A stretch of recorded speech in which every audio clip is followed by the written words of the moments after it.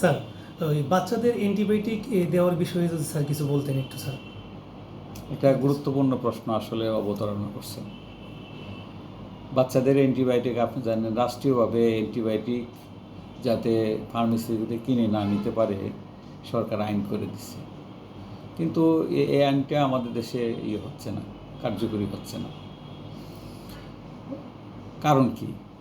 কারণ হলো judicious antibiotic use করতে হবে। জুডিশিয়াস মানে হলো যার অ্যান্টিবায়োটিক দরকার তাকে দিতে হবে, তাকে না দিয়ে যদি আরেকজনকে দেওয়া হয়, যেমন আরেকজনকে দেওয়া হচ্ছে, আমি অহরহ পাচ্ছি এরকম রুগী।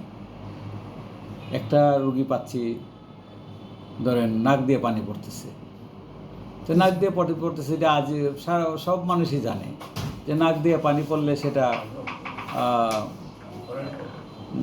সেটা হলো আপনার ভাইরাল ইনফেকশন, এই cough and cold, common cold যেটাকে আমরা ইংলিশে বলি, আর এটা হলো, তো এইটাতে দেখা যাচ্ছে খুব অ্যান্টিবায়োটিক দেওয়া হচ্ছে।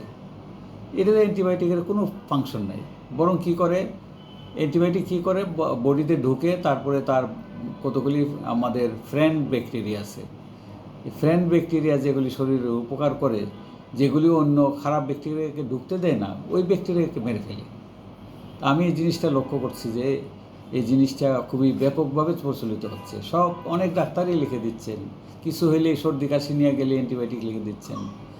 এটা খুবই একটা অন্যায় কাজ, এটা থেকে আমাদের বিরত থাকতে হবে। ধন্যবাদ প্রশ্নটির জন্য।